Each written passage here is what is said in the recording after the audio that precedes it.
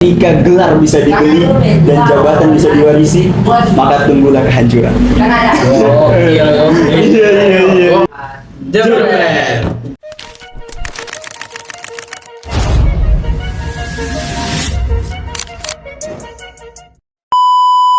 Assalamualaikum warahmatullahi wabarakatuh. Waalaikumsalam warahmatullahi wabarakatuh. Oke, kembali lagi di Jebret. Asik. Sebagaimana Jebret? Jebret jeda berpikir, refleksi totalitas. Hari ini kita ingin membahas tentang sebuah tema tentang yang mana tema ini cukup berat, bahkan sangat berat, karena di dalam tema ini kita mengangkat dua kasus yang sangat panas sekali di masyarakat, yang mana kasus ini menyangkut tentang masa depan demokrasi kita, ya kan? Karena tema kita pada hari ini adalah demokrasi gunung tanduk, ijazah palsu dan kepemimpinan tak terwujud. Nah, ini ngomongin ijazah palsu dan pemimpin yang dipertanyakan kapasitasnya, ini bukan persoalan individu, melainkan persoalan tentang integritas dan juga legitimasi kekuasaan, yang mana ini menyangkut tentang masa depan demokrasi kita. Apakah demokrasi kita ini layak dipertahankan? Karena dengan kasus ini yang luar biasa. Nah, kebetulan pada malam hari ini kita ada kedatangan tamu yang spektakuler, yang spesial. Kita kedatangan tamu, beliau Bang Firman, beliau sebagai Ketua Forum Intelektual Muda Jakarta. Insya Allah, mudah-mudahan dengan kehadiran beliau ini kita bisa mendapatkan banyak ilmu, ya, tentang isu-isu yang ada di masyarakat. Oke, untuk awalan kita nggak langsung ngomong Firman, langsung aja ya kita ke teman-teman semua yang ada di sini. Gimana nih bro, kira-kira tentang kasus ijazah palsu, terutama ya pertama ijazah palsu, gimana bro? Nah, untuk kasus ijazah palsu ini sebenarnya kan sudah diangkat sekitar 2 tahun lalu ya, oleh Bang Menteri ya, yang dimana dia tuh membuat buku Jokowi Undercover ya, pria berijazah palsu. Pria nyindir Ya. Sampai hari ini 2 tahun kemudian masalah itu tidak berhenti gitu kan. Dulu emang sudah reda. Di tahun 2025 ini kembali diangkat ya oleh sebagian orang. Memang ada sebagian orang yang menganggap ini tuh tidak penting. Iya, karena apa pentingnya gitu kan, bahas ijazah Jokowi sekarang. Orang kebijakannya udah nggak ada. Apa untungnya kita bahas ijazah Jokowi? Itu sebagian orang. Makanya ya sebagian orang ada yang mengangkat, ada yang tidak. Ada yang angkat suara, ada yang tidak. Kemudian sebagian orang ada yang sampai hari ini menyuarakan itu, menyatakan itu hal yang penting. Penting. Karena negeri ini artinya kalau memang itu palsu, artinya negeri ini dan masyarakat ini, kekuasaan ini sudah dibohongi oleh satu orang. Kan? Ini menjadi salah satu pelajaran untuk kedepannya gitu kan, terkait pemilihan presiden kita. Bagaimana katanya Jokowi bisa lolos pertama dari pemilihan ibu kota dari Solo ya. Kemudian gimana lolos lagi di Pilpres 2000? Ya, sebelum itu Jakarta dulu ya, Pilgub Jakarta gitu kan, lolos lagi gitu. Kemudian yang berikutnya 2014 juga Jokowi kembali naik gitu kan dan menang sebagai presiden sampai 2024 gitu kan. Artinya gitu kan, orang-orang yang mengangkat tema ini bukan sembarangan gitu kan. Karena memang dia itu salah satu mantan pejabat publik yang tertinggi, dia sebagai presiden. Dulu memang sudah reda, kemudian mereka mengangkat lagi, bukan karena mungkin ada sebagian oknum yang menyatakan ini membenci, membenci Jokowi nih, ngapain diangkat-angkat lagi? Pak Jokowi orangnya kok baik gitu kan. Iya. Dia santai orangnya gitu kan. Nggak Bentar pernah- dulu nih, bentar dulu. Ya. Tadi menarik tuh. Jadi ada yang menganggap bahwasannya kasus ini penting dan Iya. juga ada yang menganggap kasus ini nggak penting karena ya udah lalu Udah ya. kelar, ya. Udah kelar. Terus juga ada yang bilang bahwasan cuma yang benci-benci doang aja tuh. Iya. Yang nyebarin kebohongan ijazah palsu itu. Menurut Bang Firman gimana Bang? Kira-kira Bang? Terkait ini nih Bang. Sebenarnya penting nggak sih kita bahas tuh? Ya, jadinya penting nggak penting ya. Kalau nggak penting bubar aja nih nggak? Ya, untungnya penting nggak penting. Kalau nggak penting ya ngapain? Makanya diangkat di obrolan teman-teman ya, karena yakin lah ya, obrolan ini bukan hanya obrolan teman loh, ini obrolan yang udah bergulir satu Indonesia bro, Iya. gitu kan. Luar negeri ya. Dan bahkan di obrolan ini itu bergulir sampai ke meja persidangan, Iya. gitu kan. Artinya sangat serius sekali ya. Serius dong, gitu kan. Dan sempat mewarnai ini ya, sosial media kita ya, Ya. obrolan tentang ijazah palsu. Parah juga. Bahkan sampai ada drama-drama kan waktu itu, muncul nama Hercules lah ya kan, Iya. waktu ada demo-demo di Solo itu kan. Artinya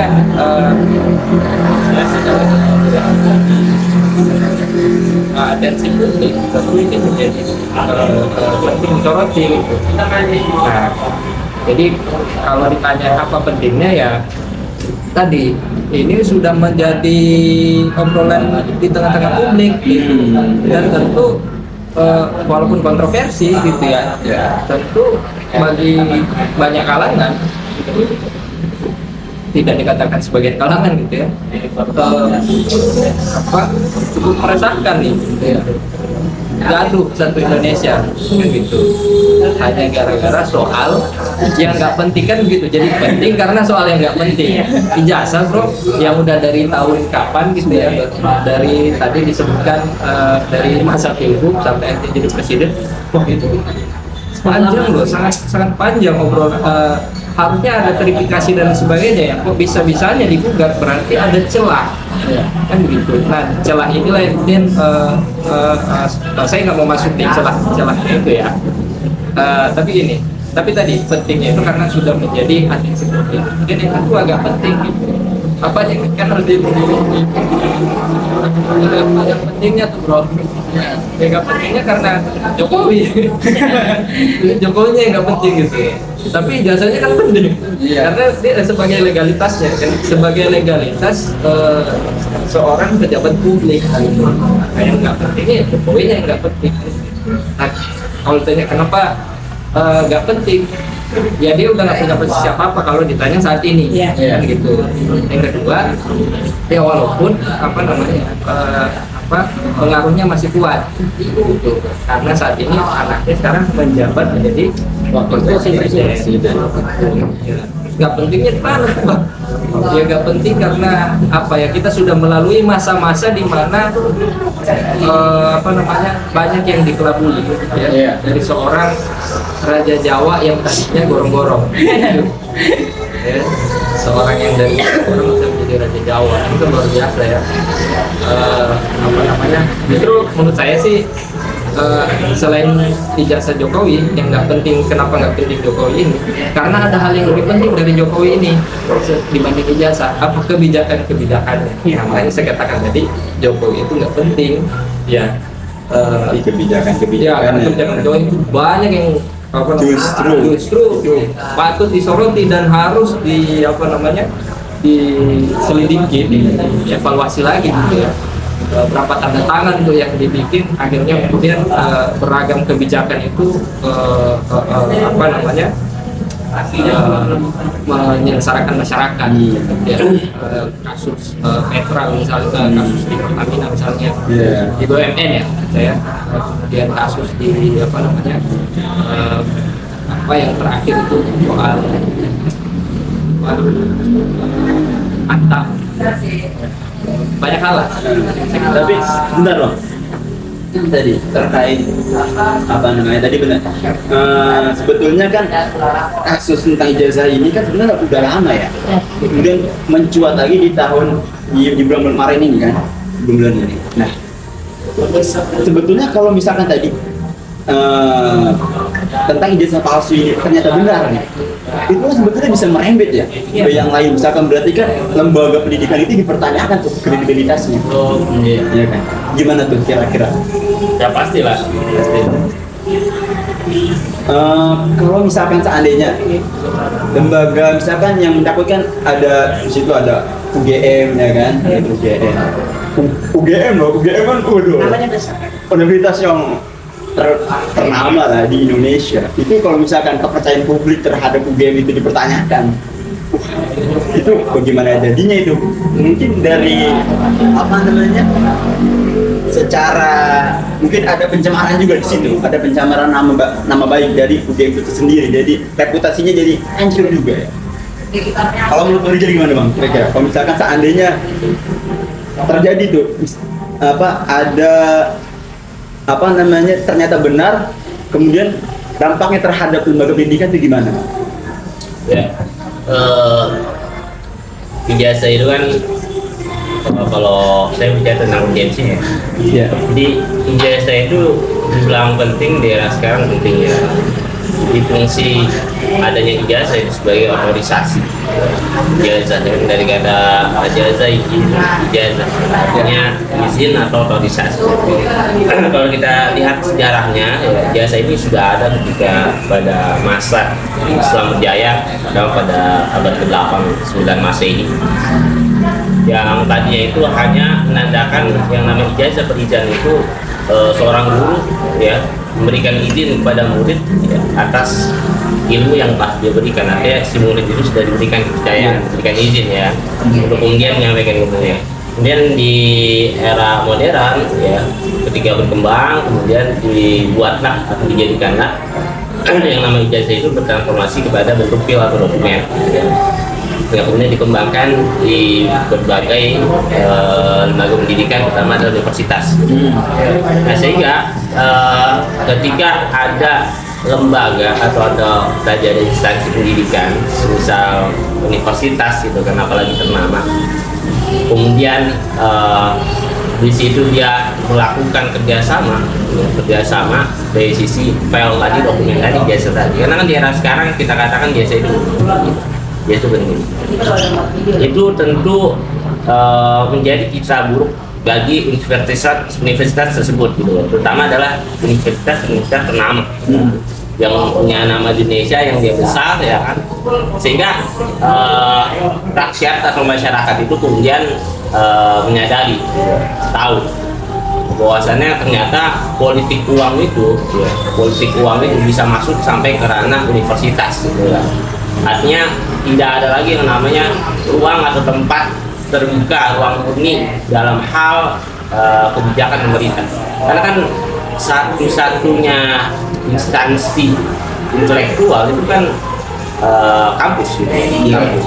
Kalau kampus saja sudah dikendalikan oleh aparat, oleh pemerintah, ya, oleh presiden, ya, kemudian dokumennya itu bisa dibicarakan di bagian belakang, maka nanti tentu tidak ada instansi lagi, tidak ada tempat atau ruang lagi yang menghasilkan orang-orang intelektual di situ.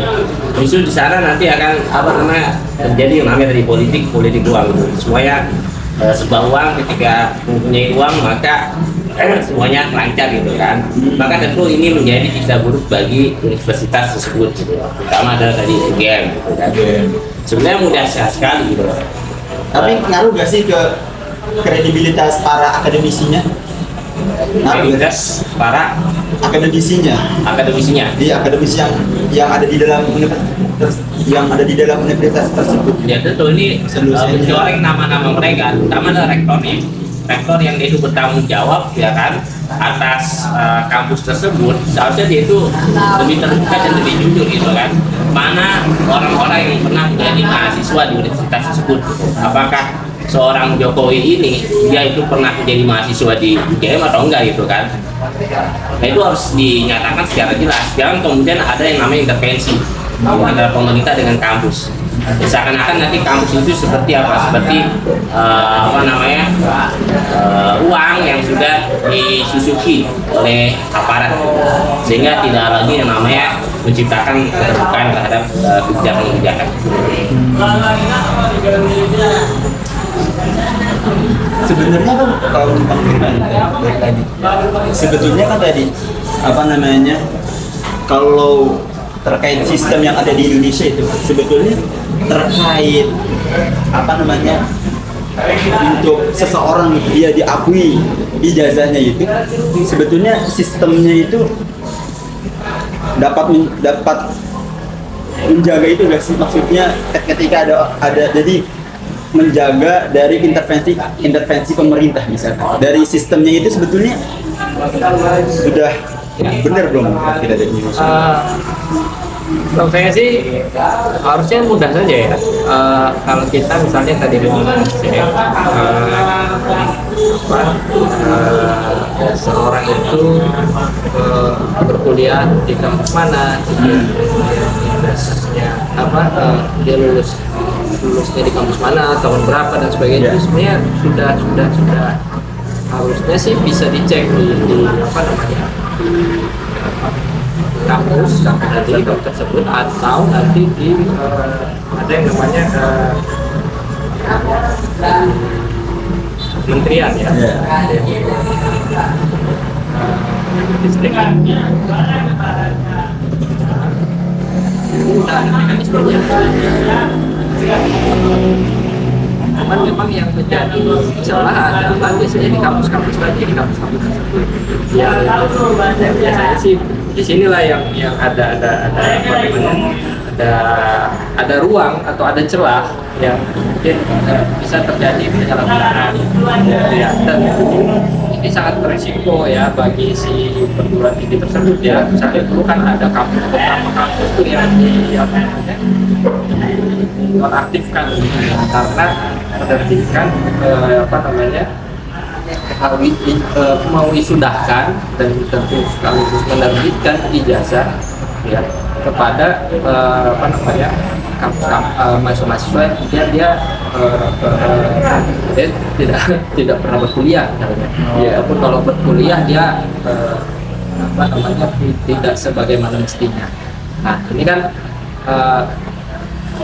itu diawasi oleh BANPT, badan pengawas perguruan tinggi yang jadi ada badan khususnya ada. Berarti secara mekanisme itu sudah diatur emang dari pihak dari universitas itu sudah merangkai sedemikian rupa, namun dari oknum-oknum yang kita bilang ya, karena kan ada case-case-nya itu kan terus kami tahun-tahun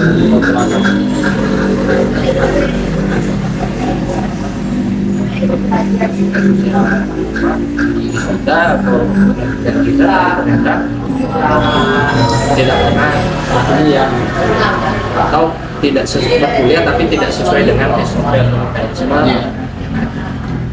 itu. Jadi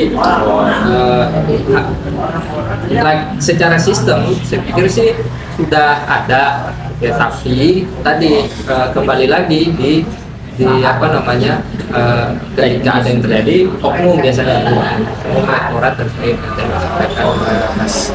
Apalagi kalau udah bicaranya lingkup kekuasaan gitu ya.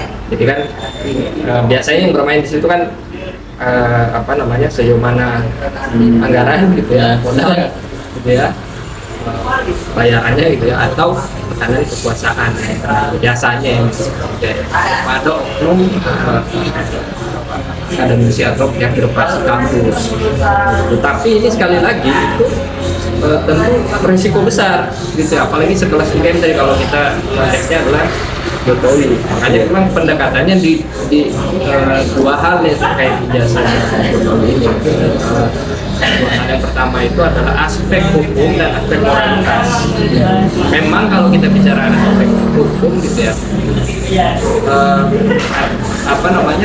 rangkaian gugatan-gugatan yang diajukan oleh yang menuduh gitu ya, pihak-pihak yang menuduh mempertanyakan keaslian dari ijazah Jokowi itu eh, Jokowi kan selalu berbelit atau Iya. tim kuasa hukumnya selalu berbelit tuh. Ya kan mudah aja kata ya Jokowi kan bilang dulu kan saya tidak akan memperlihatkan ijazah saya kecuali diminta oleh hakim dalam persidangan gitu ya.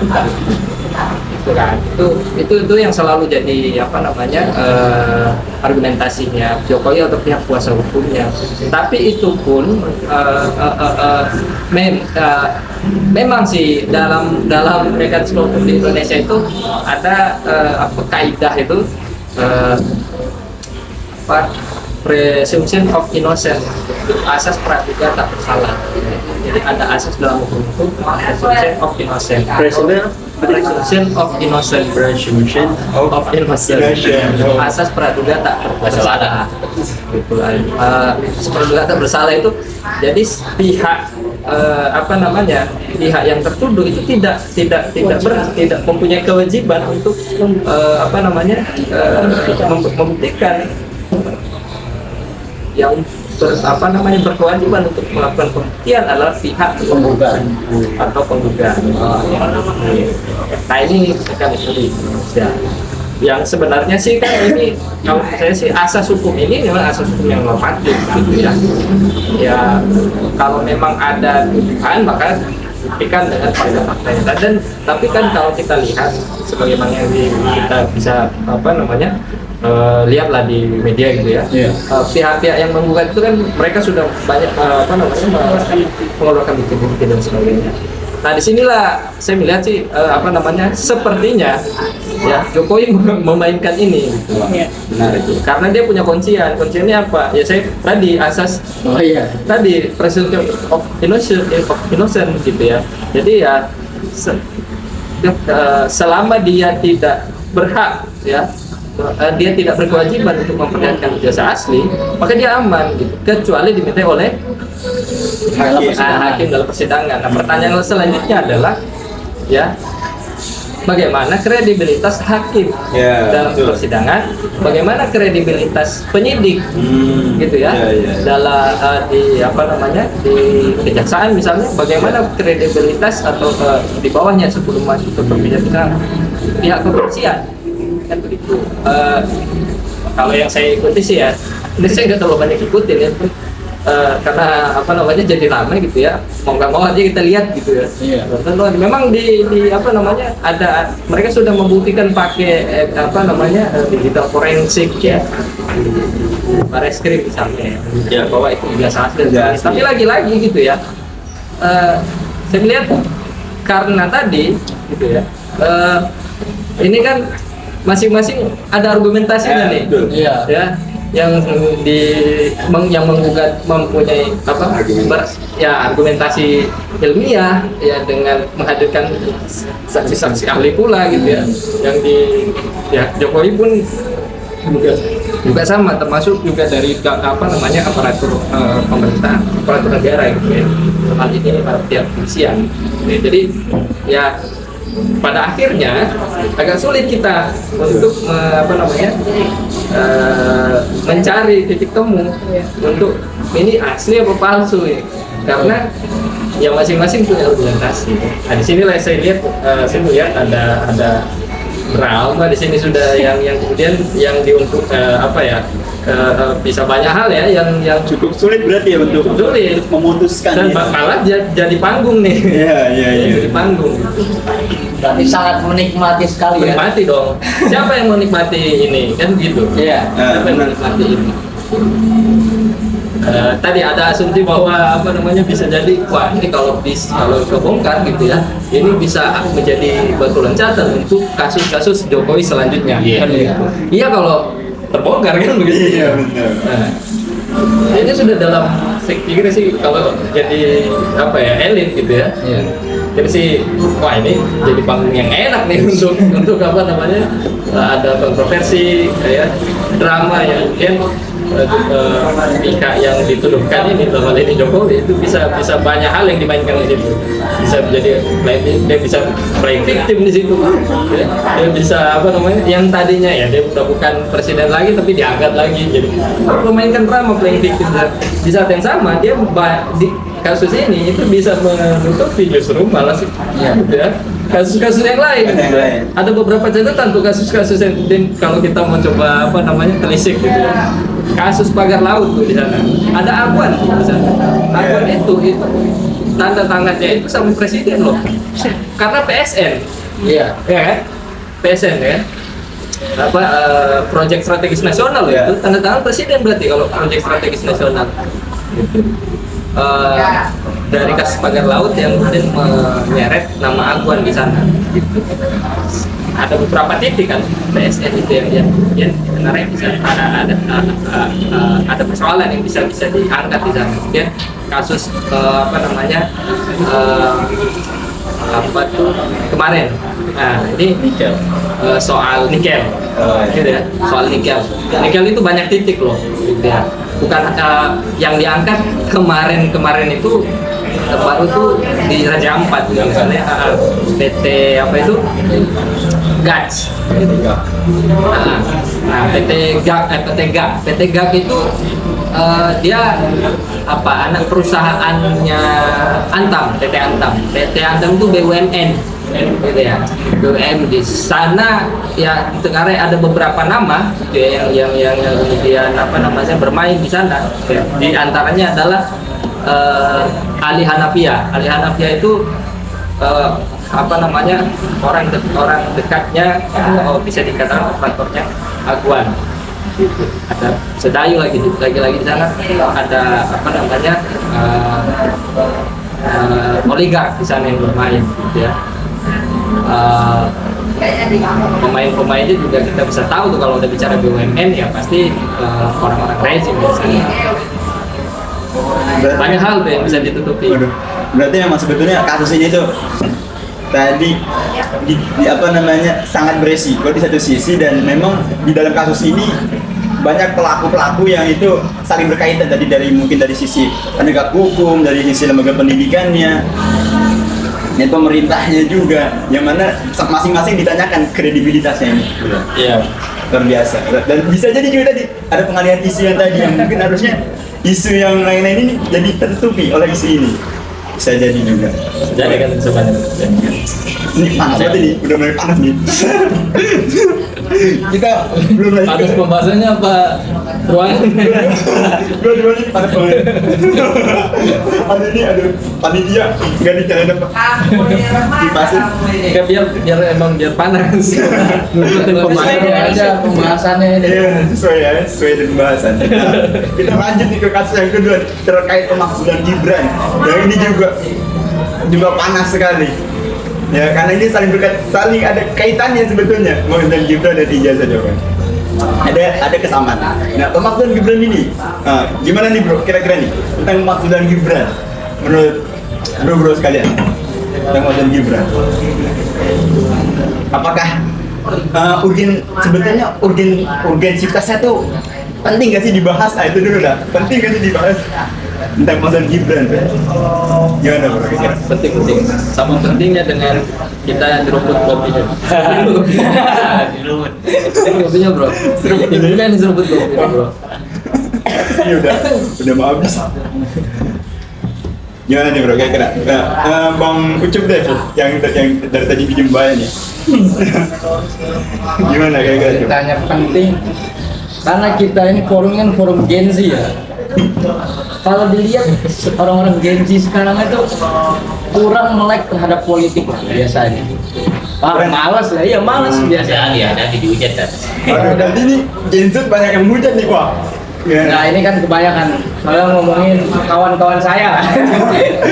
Iya. Mayoritas kawan-kawan saya biasanya Gen Z itu apa sih? Ketika lagi nongkrong biasanya ngebahas ke arah politik sedikit aja udah nanti aja lah, nggak kuat. Biasa kan obrolan Gen Z itu pertama yang biasanya diobrolin masalah percintaan biasa, cewek lah, percintaan, yang kedua tentang apa namanya Kerja pengangguran. ngadu nasib biasanya. Oh, ngadu nasib. Ya, ngadu nasib. Gua bla bla bla, nah itulah biasanya. Dan obrolan-obrolan yang gak penting lainnya itu yang biasa di apa namanya umumnya Gen Z sekarang itu bicarakan.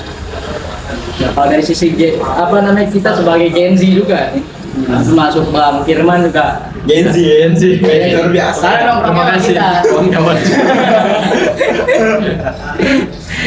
Ya kalau menurut kami yang Gen Z itu nggak terlalu penting karena nggak apa namanya memandang bahwa politik itu sesuatu yang kotor. Kalau Gen Z sekarang ya. Oh iya. Kalau kita ngebahas Gen Z sekarang apa sih politik yang kotor? Padahal kalau dalam Islam politik itu ma'lumun minad dini bidarurah, sesuatu yang sudah diketahui kewajiban sebagaimana sholat dan lain sebagainya itu politik itu dibahas.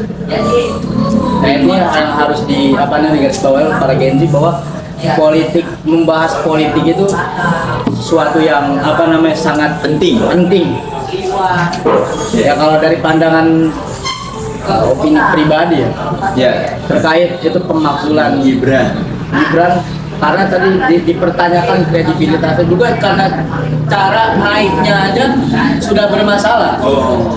Nah, sesuatu yang apa namanya dari akar masalah ketika tumbuh nggak mungkin tumbuh yang bagus.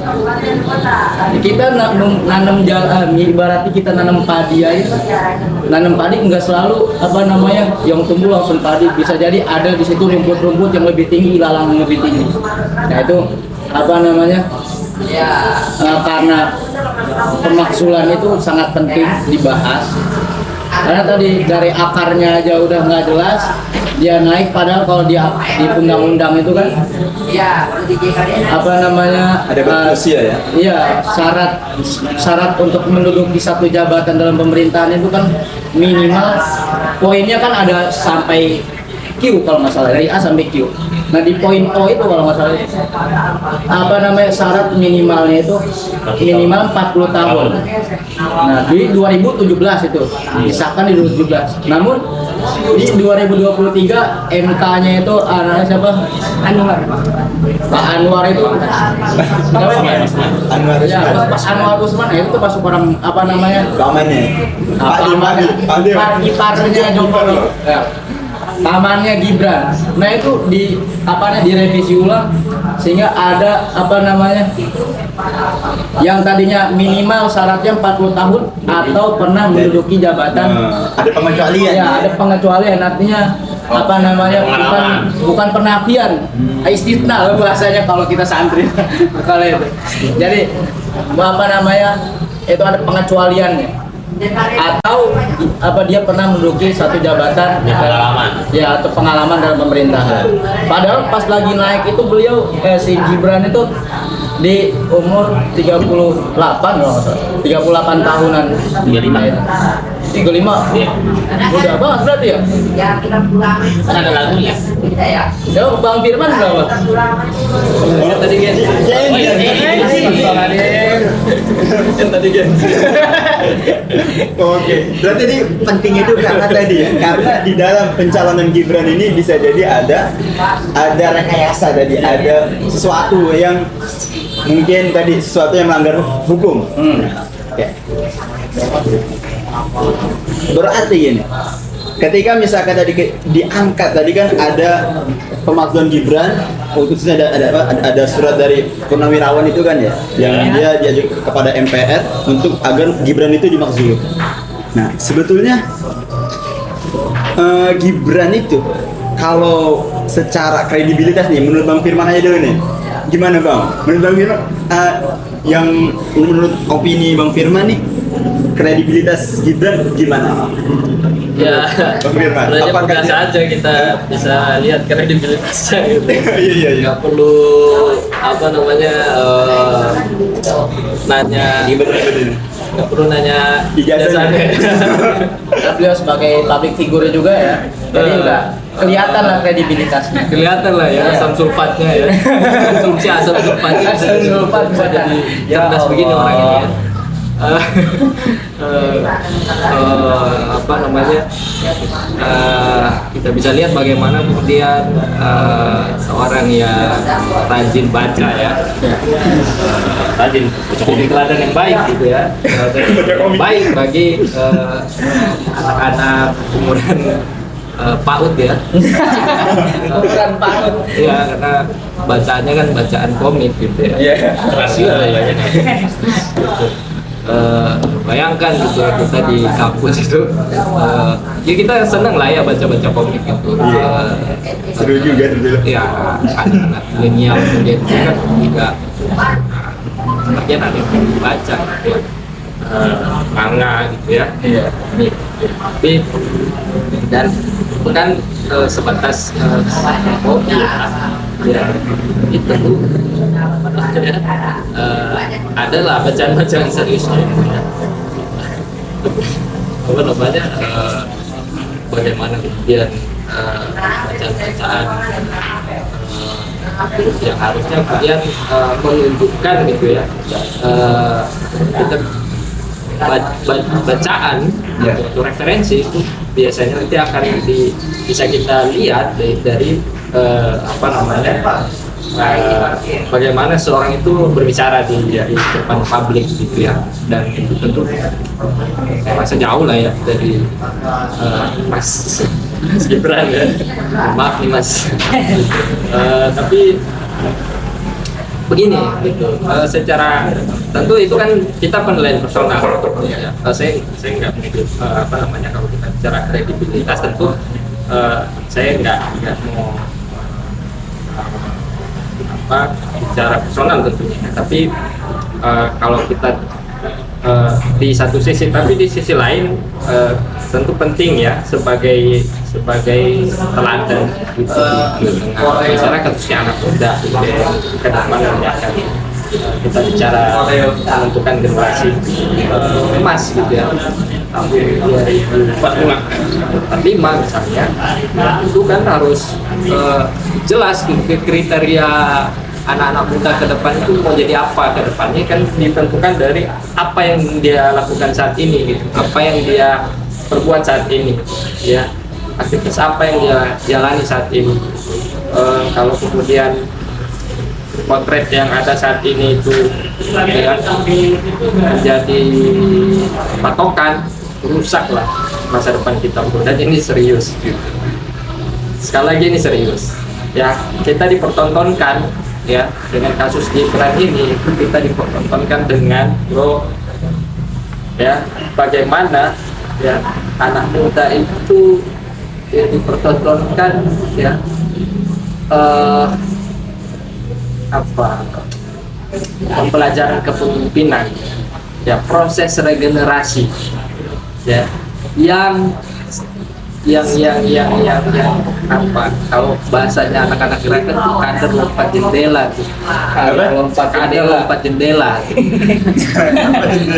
Kalau anak-anak gerakan mahasiswa itu kader lompat jendela. Bahkan lebih parah, masih mending kader lompat jendela, bro. Kalau di kita di gerakan mahasiswa itu kader lompat jendela tuh kawan-kawan yang di kader gitu ya, tapi dia tidak melalui jenjang, tiba-tiba dia udah sampai di posisi atas gitu ya, itu disebut kader lompat jendela. Kalau ini gitu lebih parah deh, kader lompat jendela, nggak pernah di kader mungkin bisa jadi, nggak pernah di kader, tiba-tiba gitu naik gitu ya. Ini bisa kita lihat ya, menduduki posisi pucuk gitu ya, dan organisasinya apa, pernah jadi apa gitu ya, tiba-tiba gitu itu jadi seorang yang berada di lingkaran istana ya. Kalau kita bicaranya, oh dia pernah jadi apa, wali kota gitu ya, ya kita tanyakan lagi gitu, dari wali kota menuju apa namanya, cawapres ya, lingkaran satu istana gitu. Ya, kalau betul kita harus telisik lagi, ya, kok bisa jadi wali kota gitu kan? Gitu. Track record apa gitu? Dan yang bisa kita lihat kan, ya udah jelas lah, ini menjadi mafhum umum gitu ya, masyarakat. Ya, kenapa dia bisa jadi? Karena karena ada bapaknya, karena ada pamannya, kan begitu. Iya. Dan lebih parah lagi, ada proses hukum, tidak ada proses aturan perundang-undangan yang dikangkangi. Iya. Nah ini kan yang menjadi poin krusial. Masyarakat dipertontonkan dengan proses regenerasi kepemimpinan yang terbuka, bro. Dikangkangi gitu aturan perundang-undangan itu. Tapi sebetulnya gini, Bang. Tadi secara pengangkatan Gibran itu memang ada dugaan-dugaan bahwasannya tadi ini ada rekayasa dari Jokowi misalnya, Jokowi. Karena kan tadi pamannya sendiri itu adalah Sudah pasti. Sudah pasti. tapi sebetulnya secara hukum dia Gibran ini berpeluang bisa gak sih dimaksud? Sudah pasti rekayasa tapi legal. Nah itu jawabannya. Wah. Kalau ditanya rekayasa, ya rekayasa. Pasti rekayasa. Pasti rekayasa. Rekayasanya yang ilegal. Tapi legal.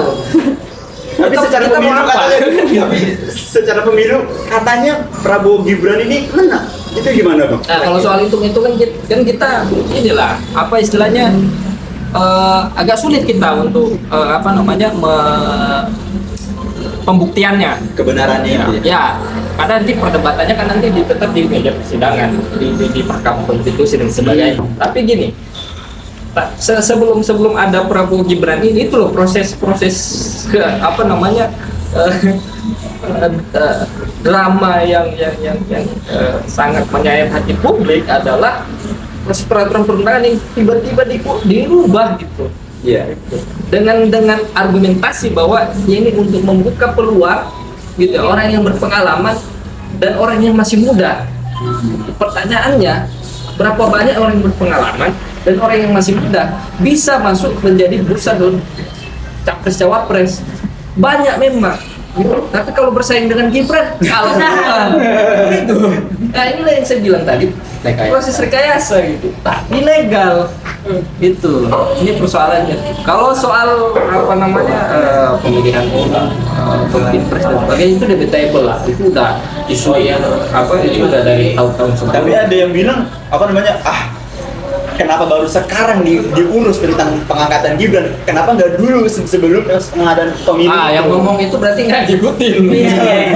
Yang ngomong itu nggak ngikutin, itu kita ngikutin teman-teman gerakan mahasiswa, anak-anak muda gitu, itu udah protes keras waktu itu.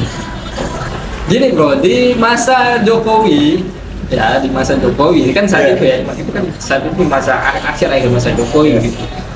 Teman-teman gerakan mahasiswa termasuk anak-anak muda itu dulu itu banyak kritis soal kebijakan Jokowi. Kita bisa sebut saja kasus Omnibus Law dulu, ya, kasus Minerba dan besar-besaran Pak. Ya, terakhir itu kan demo soal kebijakan di MK itu yang mengubah peraturan pilpres.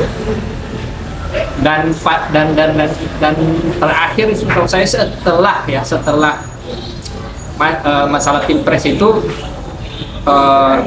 yang soal pilkada itu teman-teman turun, bahkan dari kalangan komika turun, beberapa artis turun gitu ya. Itu kan dari zaman Omnibus Law sampai demo tentang paman MK itu kan, isu paman Usman itu kan. Kemudian sampai terakhir itu yang pilkada, soal aturan pilkada tuh banyak public figure dari kalangan anak muda termasuk influencer di sosial media itu turun gitu, aksi gitu ya. Bisa kita misalnya kayak model Bintang Emon dan beberapa komika ya, Abdul dan kawan-kawan itu kan udah puncak waktu itu kan, udah puncak karena tidak mau terulang kembali gitu ya soal skandal paman Usman ya, Gibran ini gitu. Makanya kemudian akhirnya turun besar-besar waktu itu di setelahnya yang soal pilkadanya siapa namanya tadi, soal siapa yang jadi adiknya itu Kaisang untuk menjegal itu. Kita bisa lihat bro bagaimana ya dua orang bersaudara ini gitu ya tiba-tiba jadi ketum partai bro. Iya. Ya kader di mana gitu ya. Tiba-tiba jadi ketua umum. Padahal awal-awal mah perkenalannya bikin podcast, tiba-tiba Ya, langsung naik ya kan? dagang martabak gitu. Nah, ya. pisang ya pisang gitu markobar sama pisang ya. Bikin podcast, tiba-tiba beritanya, loh langsung jadi ketum ini, cepet banget perasaan. Bisa gitu ya. Ya itu kondisi dan legal kan itu persoalannya. Iya. Lega. Ada rekayasa tapi legal. Nah, ini yang sekir juga yang perlu di apa namanya dibahas selama ini kan. Anak-anak muda itu kan belum tahu lah ini masalah gitu dan masalah besar gitu dan ini mempertaruhkan apa masa depan bangsa gitu ya. Praktik-praktik seperti ini, praktik-praktik nepotisme gitu ya, praktik korupsi dan kolusi dan nepotisme KKN ini kemudian Indonesia berada dalam lingkaran oligarki gitu ya, kekuasaan dinasti. Ini kan yang ditentang oleh masyarakat khususnya anak muda gitu ya. Dan persoalan ini itu sepertinya terus berulang. Ya, bayangkan selama kepemimpinan 10 tahun ya Jokowi terus sampai hari ini masih terus aja tuh kayak kok bisa berulang terus ya dan semakin parah gitu. Jadi menarik itu ada buku ya buku judulnya How Democracy Died gitu. Bagaimana sempat viral dulu ya waktu zaman dibaca sama Anies kan. Bagaimana demokrasi itu mati bro, gitu. Ternyata demokrasi itu mati karena ada cacat bawaan dalam demokrasi itu sendiri. Apa? Suara mayoritas, kutukan suara mayoritas. Benar bang. Ini Ya, makanya saya nunggu di udah tahan. Ini udah mulai kesimpulan, ini udah habis dulu. Oke. Menurut Bang Rijal dulu. Kira-kira tadi antara dua kasus tadi yang sudah kita bahas tadi terkait Mas dan Gibran dan ijazah palsu, kira-kira ini ada gak sih kesamaannya dan keterkaitannya sebetulnya antara dua kasus ini? Ada kesamaan, keterkaitan? Gimana? Jadi dari dua kasus yang tadi kita bahas, Yeah. pertama tadi tentang ijazah palsu, gitu kan, yang kontroversial. Dan yang kedua tadi tentang pemakzulan Gibran. Iya. Di sini ada kesamaan ya, kita bisa lihat dari dua kasus ini, yaitu dari sisi bahwasannya sistem demokrasi ya itu di negeri ini ya sudah lagi menjadi yang namanya sistem yang kemudian hukum itu ditinggikan, Iya. ya, hukum itu ditinggikan, tetapi lebih kepada uang ditinggikan, ya uang ditinggikan dan juga relasi ya kekeluargaan itu ditinggikan, ya kan gitu, koneksi gitu loh. Ya, contoh sederhana gini. Ada orang lulus kuliah ya kan, IPK 3,8, 3,8 gitu. Iya. Kemudian apakah menjamin ketika lulus kuliah dengan IPK yang tinggi kemudian bisa mendapatkan pekerjaan yang layak dan gaji yang besar? Enggak. Ternyata dia masuk di bagian administrasi, kerja dengan ya gaji yang sederhana 5 juta UMR bahasanya. Tapi ada ya. Ini orang IPK 2,8 ya, IPK 2,8 ya kan, tapi bisa jadi wapres gitu kan, karena ya dengan gaji tinggi gitu kan. Artinya kan di sini kita bisa melihat salah satu kecacatan gitu kan dari sistemnya sistem yang mengatur perpolitikan hari ini gitu loh. Jadi orang yang pintar ya itu tidak dianggap gitu kan, itu dihiraukan, sementara orang yang punya koneksi, orang yang punya jaringan itu bisa mendapatkan kekuasaan, bisa mendapatkan uang gitu. Sehingga ya, dari dua kasus tadi ya kan itu kita simpulkan bahwasanya tadi yang saya lihat ya itu dari sisi sistem yang mengatur ya yang mengatur kedua tadi itu kembali lagi pada demokrasi gitu kan. Kalau demokrasi ya kita tahu tadi kan dikatakan Abang itu kan suara mayoritas ya. Suara mayoritas ya suara Tuhan gitu kan. Jadi ya kita lihat kekacauannya sampai seperti itu, baik dari kasus pertama yaitu ijazah palsu ya kan, yang hari ini belum selesai gitu kan, berarti kan ada manipulasi di situ, yang ada permainan di situ. Ya tentu kembali lagi kepada demokrasinya, ya kan, demokrasi. Yang kemudian yang kedua yaitu dari kasus pemakzulan Gibran sampai hari ini masih dipertanyakan, ini kok nggak makzul ini kan, ini kok nggak turun gitu kan. Mana negara demokrasi ini? Demokrasi ini katanya udah masih hidup atau udah mati kan gitu kan? Ya, Indonesia ini kan negara demokrasi ya kan, demokrasi. Ya. Indonesia ini kan negara hukum gitu kan. Tapi hukum Indonesia itu nggak berlaku kayak gitu kan, nggak berlaku hukum Indonesia. Jadi bukan negara hukum jadinya, gitu kan? Negara keluarga atau negara dinasti atau negara apalagi negara uang gitu kan. Jadi siapa yang punya uang ya dia bisa menjabat sampai di tingkat atas gitu kan, kemudian dia bentuk apa namanya drama berikutnya yaitu dengan cara membangun dinasti dari presiden, kemudian menyelamatkan anak-anaknya supaya mereka dapat kursi ya, supaya mereka itu bisa bertahan jadi orang yang layak. Mungkin itu yang saya kritisi. Tapi oh ya, satu lagi nih, gue penasaran nih Ram, kalau tadi terkait Mahfud Gibran ya. Ya. Sebetulnya tadi kita lagi ngomongin tentang kredibilitas. Betul, kalau di Islam tuh kredibilitas pemimpin itu standarnya apa sih? Nah, Gimana? ada sebuah ungkapan dalam salah satu kitab Ta'lim Muta'alim kalau nggak salah. Rusaknya sebuah negara itu salah satunya ya disebutkan dikarenakan yang dua hal kan seperti itu. Pertama itu orang yang jahil kemudian dia diberi kekuasaan gitu kan. Ya, kemudian yang kedua itu orang yang alim tapi dengan kealimannya dia berusaha untuk bagaimana caranya dengan ilmu yang dia dapatkan, dengan kealiman yang dia dapatkan itu manipulasi gitu, diubah supaya sebagaimana yang dia inginkan. Jadi negara itu hancur gara-gara dua hal tadi gitu. Ketika orang bodoh diberi kekuasaan dan orang Ya. alim yang licik kali. iya, jadi hancurlah negara gitu kan. Ketika kita melihat kondisi di Indonesia gitu kan, emang sesuai dengan apa yang dikatakan di kitab tadi gitu kan. Hancurlah sebuah negara ketika orang-orang tersebut ada gitu. Ya, itulah. Wahabi politik jadi. Atau kalau di salah satu ungkapan itu apa namanya, di Kowal itu hancurnya masyarakat karena pemerintah, pimpinan. Hancurnya rusaknya pimpinan karena ulamanya yang rusak. Nah, Ya. karena itu tadi. Wahabi politik. Saya dikelilingi oleh wahabi politik.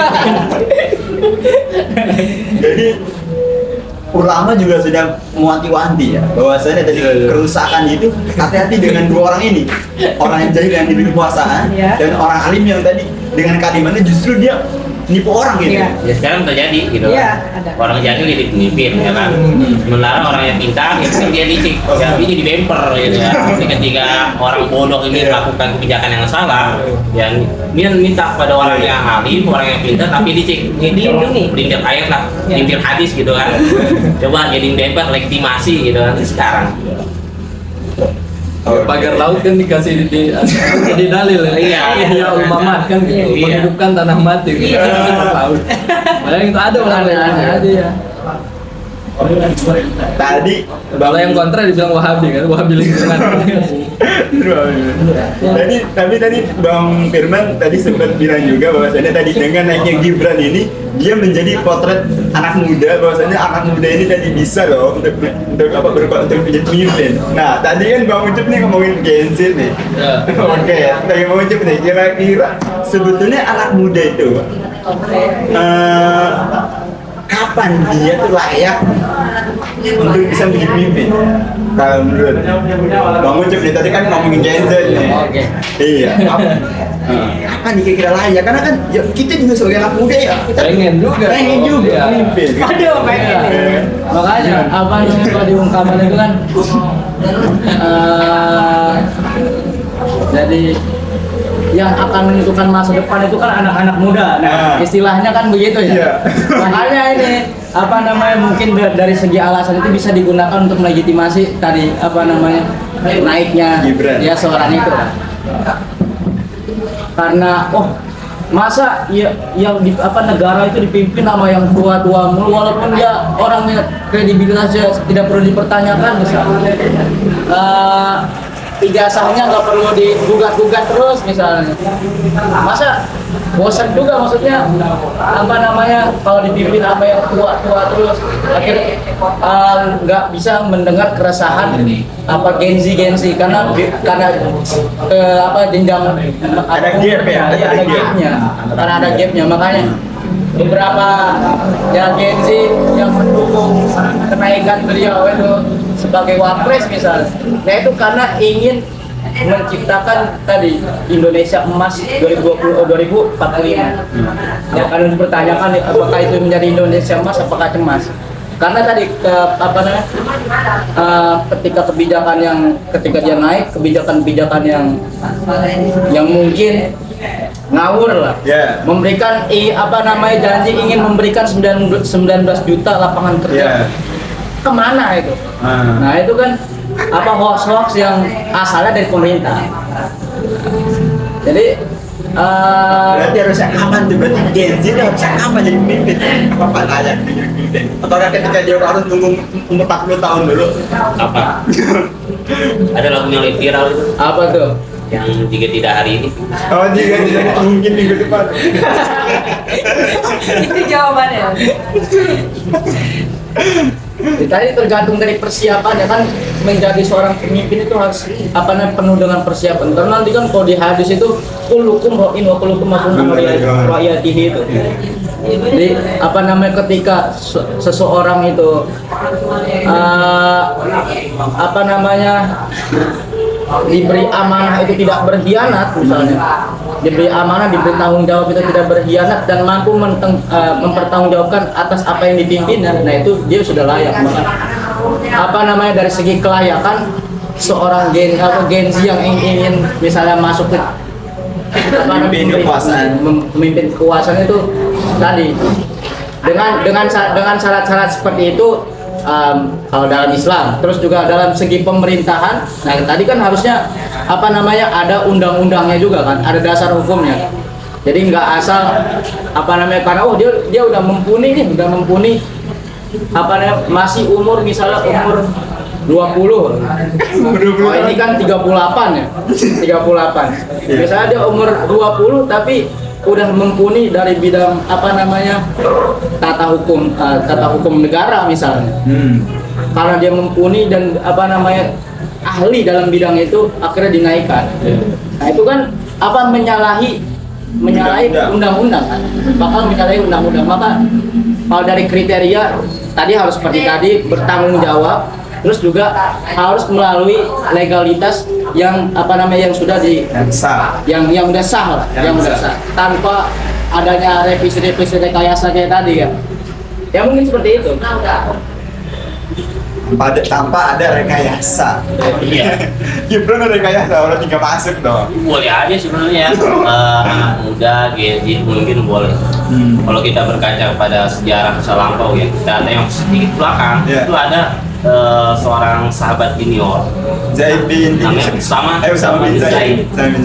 Dia menjadi orang pada usia 17 tahun. 17 tahun. 17 tahun ya, berarti kelas 3 SMP. Kelas 2 SMA. Kelas 2 SMA gitu kan. Kemudian juga ada Ali bin Abi Thalib. Kemudian ada Muhammad Al-Fatih. Umur 21 tahun. Umur 21 melakukan Konstantinopel gitu kan. Ibu kota Romawi Timur di Bizantium ketika itu ya kan. Artinya kalau masalah umur itu sebenarnya nggak masalah. Nggak masalah di umur itu nggak masalah. Dijadikan patokan. Tapi yang penting tadi kredibilitas dan kompetensi, kapasitas, pengalaman, pengalaman. Kemudian tadi dia ditunjuk secara resmi, dia diangkat secara resmi, tidak secara ilegal lagi, ya kan? Dengan jalan terjalan dan kita lihat lah, gitu kan? Dari bapak oper ke paman, dari paman memudahkan akhirnya sah, gitu kan? Ya inilah cacatnya demokrasi sebenarnya. Artinya hukum itu longgar, gitu kan? Jadi satu hukum dengan hukum yang lain itu bisa bertentangan atau kontradiksi gitu kan, bisa dipermainkan sesuai dengan kepentingan para oknum yang sedang berkuasa ketika itu.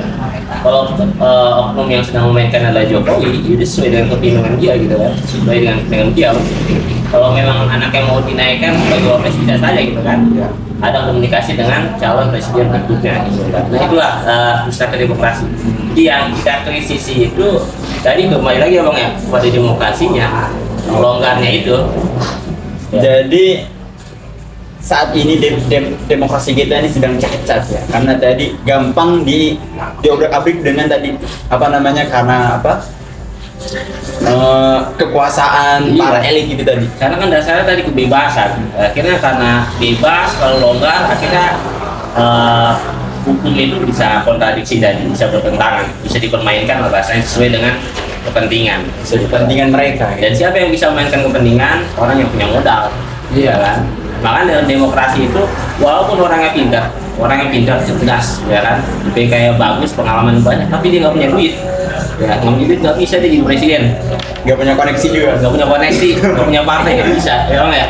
Satu orang yang biasa-biasa aja ya kan, bisa dibilang bodoh gitu kan ya, tapi karena dia punya banyak uang, dia punya koneksi atau jaringan, bisa dia jadi wapres. Orang yang bahlul bisa jadi menteri ya. Iya bang, bahlul bisa jadi menteri ya kan? Aduh, yang dokternya 1 tahun 8 bulan itu. Iya. Akhirnya dari bahlul ya ketemu Laudil gitu kan, pas jadi ya. Wahabi nih. Satu proyek lagi ya. Waduh. Wahabi nanti kita. Ini terakhir karena kita juga kayaknya waktu udah lumayan ini, dan kita udah makin panas, gerah sekali. Terakhir Bang Firman, pertanyaan terakhir. Tadi Bang Rizal udah mengawali juga tentang cacat demokrasi. Jadi kondisi demokrasi kita saat ini ternyata banyak kecacatan. Pertanyaannya adalah, apakah demokrasi kita ini layak untuk dipertahankan? Oh jelas. Atau harus diubah? Oh jelas. Jelas apa? Layak. Ya lah, kembangkan gitu ya. Lagi dikembangkan. Gini, demokrasi itu dari zaman kita sih udah sering lah kita berdebat soal demokrasi. Ya. Dan kami sendiri sih berpandangan bahwa demokrasi itu punya cacat bawaan. Yes. Di antaranya adalah ada beberapa prinsipil, hal-hal prinsipil dalam demokrasi itu memiliki cacat bawaan. Dan di antaranya adalah bukan suara mayoritas. Iya. Bukan suara mayoritas. Percaya atau tidak? Ya. Kenapa lahir kepemimpinan Jokowi itu? Jelas karena demokrasi. Kenapa dia bisa terpilih? Ya, karena gorong-gorong. Karena uang ciliknya. Maaf. Satu podcast itu sih, politisi PDI Pandana Babat itu kan cerita waktu Jokowi mau di Pilgub atau di Pilpres itu, di Pilgub kalau salah. Itu Jakarta ya. Itu dia bisa dengan mudah itu berganti baju gitu. Disuruh sama Panda ganti baju kamu usung itu nggak usah gitu ya. Ya. Nah, ternyata pas di bandara itu dia hanya untuk tadi mendapat sorotan kamera, Pencitraan ya. pencitraan. Nah kenapa bisa seperti itu? Ya karena kita yang dibutuhkan tadi modal dan citra. Ya. Kenapa butuh modal dan citra? Karena untuk mempengaruhi suara mayoritas. Ya. Jadi dalam demokrasi ini gitu ya, itu tidak penting tadi itu orang yang pintar kayak gimana, profesor dan sebagainya, itu tidak dipandang suaranya. Ya. Kenapa saya katakan tidak dipandang? Karena disamakan suara profesor dengan suara anak Gembel gila. ya Orang gila.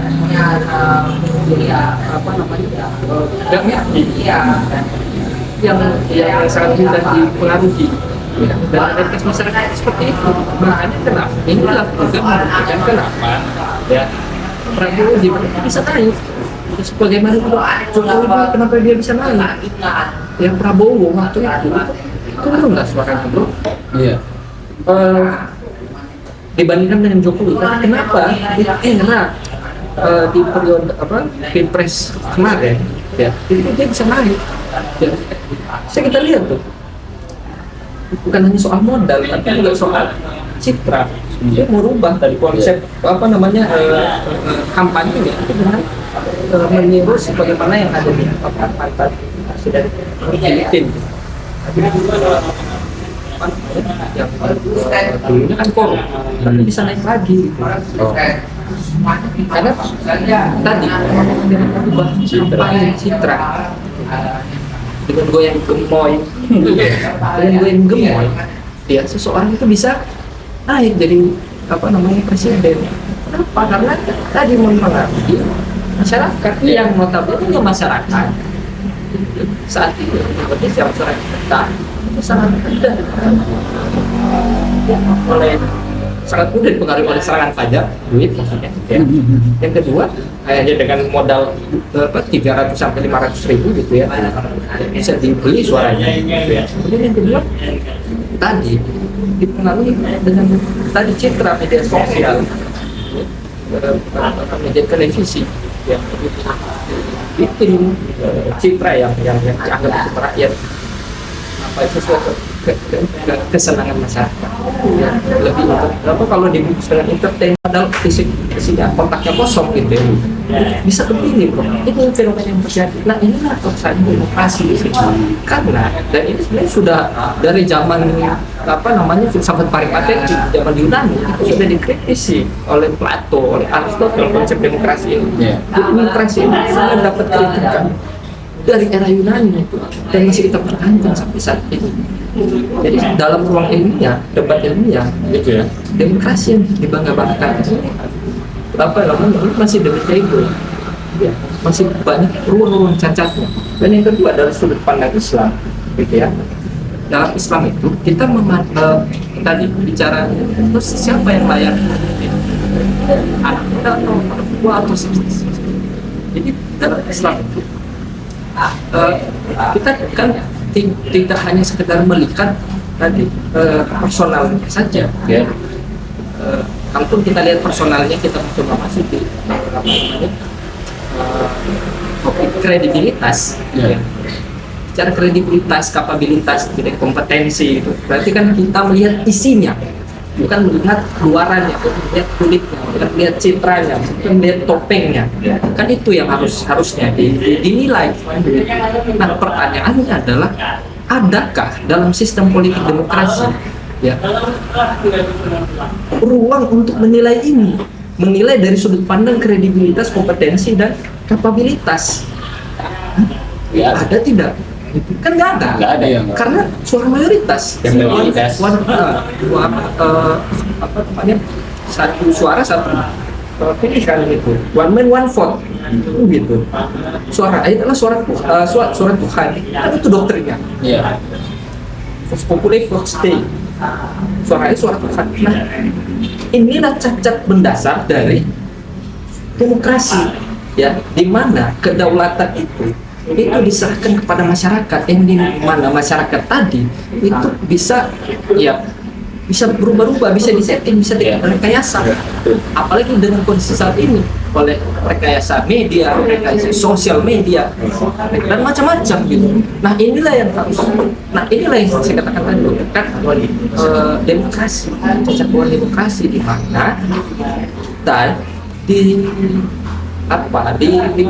diberikan ruang berdebat soal sistem politik itu hanya dalam tataran realitas luaran, bukan isi, bukan dagingnya gitu.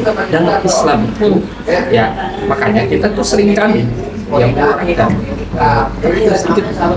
bahwa ya, Indonesia emas ke depan ini bukan untuk generasi ke depan. Saya percaya bahwa generasi emas ke depan itu adalah generasi yang akan dipegang oleh anak-anak muda. Itu pasti. Tapi saat ini anak-anak muda itu harus diberikan kesadaran, ya. Ya. Untuk apa? Untuk bukan hanya melihat kepemimpinan itu dari topeng, lipstick, luaran, tapi bukan. Jadi pertanyaannya harus diubah tuh, bukan siapa yang akan bisa memimpin, gitu. Karena ini pertanyaan personality banget, gitu, luaran. Harusnya yang ditanyakan adalah dengan apa dia memimpin, punya konsep apa dia.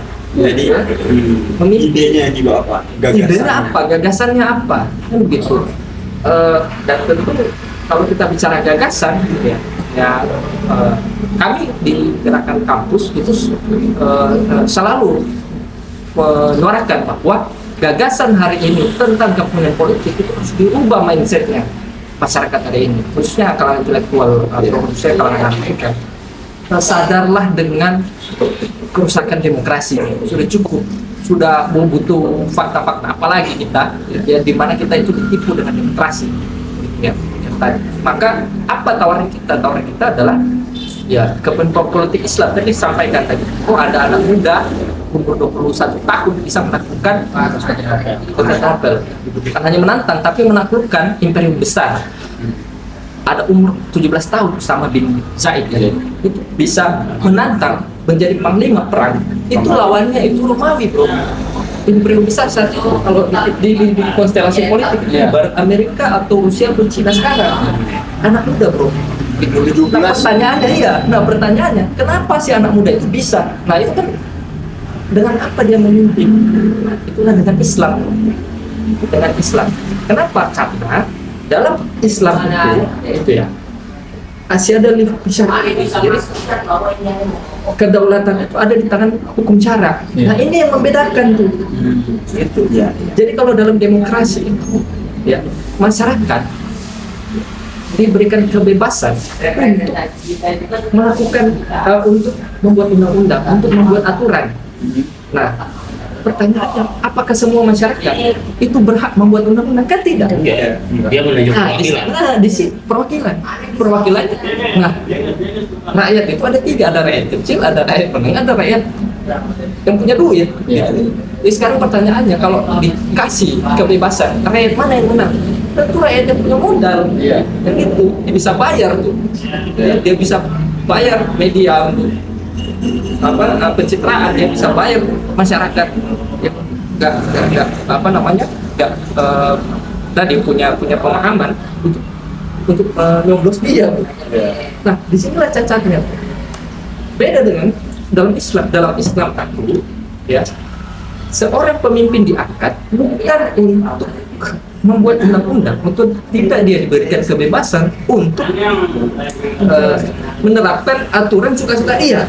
Kalau ada yang aturan suka-suka dia, yang tadi tuh rekayasa, legal, orang presiden terpilih, dia yang berhak mengusulkan nama hakim-hakim MK, dia berhak menentukan siapa komisi ketua KPK, kan begitu. Presiden, terus kemudian anggota dewan. Kalau sudah kongkali itu kan ini yang terjadi dengan oligarki, perselingkuhan antara pejabat eksekutif, anggota dewan legislatif, dan para kapital, orang-orang yang memiliki modal.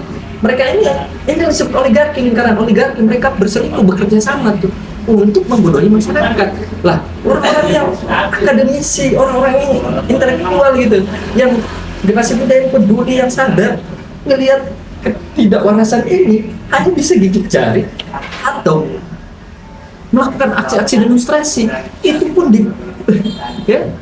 dipukul mundur gitu dengan senapan, ya, atau dengan gas air mata gitu.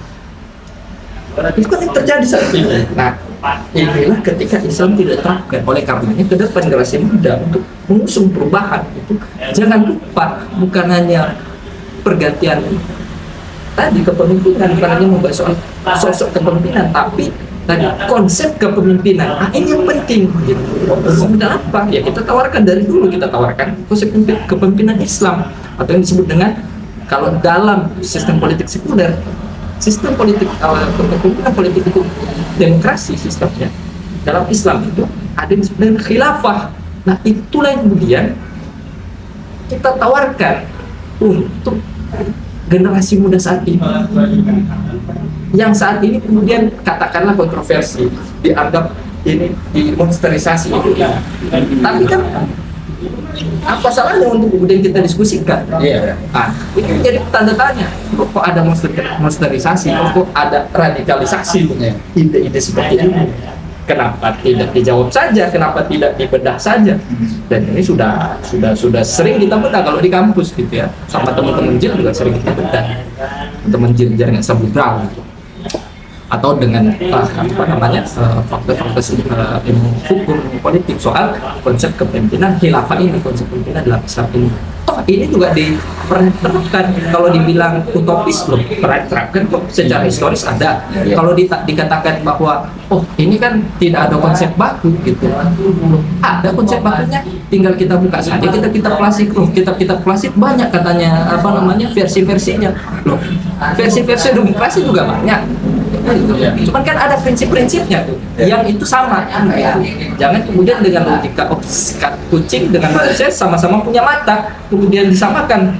Kan tidak kan gitu. Itu logika yang saya pikir terlalu culas untuk menyerang, terlalu rendah gitu, remeh untuk menyerang sistem kekhilafahan gitu. Yang katanya tidak punya konsep baku, tidak ada konsep bakunya. Gitu. Apa diantaranya adalah kedaulatan itu ada di tangan syarat, sementara dalam demokrasi itu dikasih kebebasan kepada manusia keaturan. Nah itu kan perbedaan yang mendasar tuh. Coba cari kepemimpinan politik Islam di seluruh mazhab yang hukum syara itu tidak jadikan panglima. Tidak ada. Hukum syara itulah yang menjadi sumber hukum dalam peraturan perundang-undangan. Itu jelas di dalam kitab-kitab Islam. Semua mazhab tanya apa definisi khilafah imamah, itu hampir semua sama tuh definisi itu. Cuman kan ini mereka ini kan coba kaburisasi, mengaburkan, memonsterisasi, menggiring kopi dan sebagainya. Tapi udahlah, itu debat ilmiah saja, buka forum aja kita kan. Mungkin itu saya dari saya. Masya Allah. Luar biasa sekali pembahasan kita pada hari ini, dan mudah-mudahan tadi apa yang dibahas dan apa yang disampaikan oleh tadi masing-masing dari kita dan juga dari Bang Firman sebagai bintang tamu kemudian dapat memberikan ilmu kepada kita semua dan juga kepada para pemirsa. Dan sebagai kesimpulannya adalah intinya ketika gelar bisa dibeli dan jabatan bisa diwarisi, maka tunggulah kehancuran. Iya. Bro. Iya, oke. Disclaimer, jadi kita juga terima kasih kepada yang menyediakan tempat. Kita ini tempatnya luar biasa ini sebetulnya. Ada di Korkom Ampera. Ya, bagi para pemirsa yang ingin hadir, yang ingin tahu, Korkom Ampera itu ada di lokasi. Silakan cek di deskripsi. Itu saja untuk malam ini. Terakhir, biasanya kita kalau penutup ada ini Bang, ada kayak semacam jargon. Jadi ada yel ya. Jargon. Oh iya Mas. Jargon. Katanya kita jadi bisa aba-abanya nanti dari saya sahabat. Gimana Bang? Coba cari dulu yang bagus. Jadi sahabat jebret. Selamat jebret. Oke. Jadi selamat jebret. Jadi nanti kita gini semua gitu. Jebretnya berapa? Jadi bareng. Selamat jebret. Jebret gitu ya. Oh, cakep enggak? Ini gitu lah, kayak gitu lah ini. Oke, siap. Oke. Gimana bro? Jadi apa jebret itu bareng Bang? Jebret gitu. Ada G-nya gini. Siap. Baik, kita tutup dulu ya. Wassalamualaikum warahmatullahi wabarakatuh. Oke, kita akhiri. Jebret.